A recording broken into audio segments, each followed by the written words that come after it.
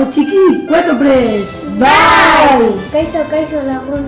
Kueto eskolako ikasleak gara eta hau da gure podcasta. Guazen hastera!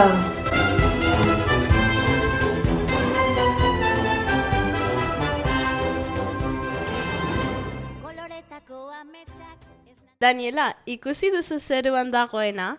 Ez, zergatik? Gauza bat ikusi dudalako alienigenaren formarekin. Agian Osazerek, Belenek, Markosek eta Mohamedek argitu ahal digutela. 51 eremua oso leku misteriotsua da eta honi buruzko alderak batzuk erantzungo ditugu. Zer da 51 eremua?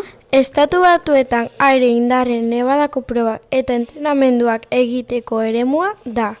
Zein beste izenarik ezagutzen da? Groom Lake.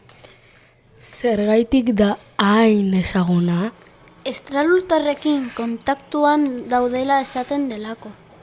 Oren frogarik baldago? Bai, kakotzen artean, bideoak eta argazkiak daude, baina ez dakigu errealak diren, Googleen ikusgai daude. Edo nor zahar daiteke 51 eremuan?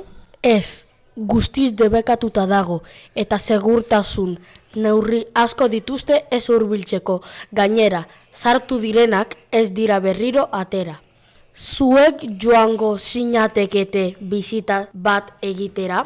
Ez, beldurra asko ematen digu.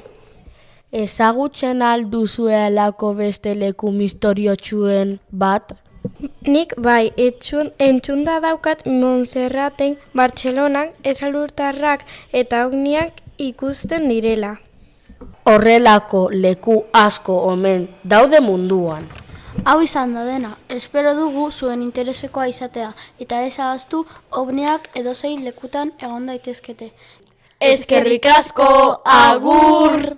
Eskerrik asko gaur parte hartu dutenen lagunei eta txalo bero bat haientzat. Ni aski entzuteagatik.